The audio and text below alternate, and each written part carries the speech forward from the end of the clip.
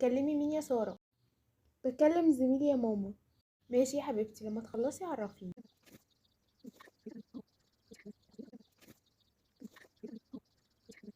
سارة حبيبتي، عايزة اتكلم معاكي شوية. طب خلاص، هنكمل كلامنا بعدين عشان ماما عايزة تتكلم معايا. خير يا ماما، في حاجة؟ ايه العلاقة بينك وبين زميلك اللي تخليكي 3 ساعات متواصلة بتكلميه كل يوم؟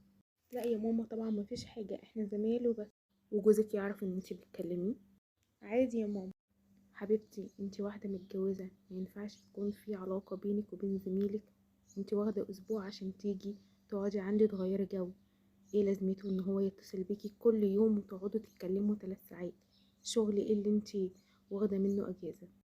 اصل يا ماما عنده مشاكل. متكمليش، هتقوليلي عنده مشاكل مع اهله ولا مع مراته لو متجوز؟ عرفتي منين يا ماما؟ بتبدأ كده يا حبيبتي، وبعد شوية هتبدأي انت كمان تحكي له مشاكلك مع جوزك. هنا بتبدأ خراب البيوت. زميلك علاقتك محدودة بيه في إطار الشغل وبس، غير كده لأ. ولا يحكيلك ولا تحكيله. فهمتي يا حبيبتي؟ فهمت يا ماما. أنا فعلا كبرت، بس لغاية دلوقتي أنا لسه بستفاد منك ومن نصايحك. شكرا يا ماما، ربنا يخليكي ليا.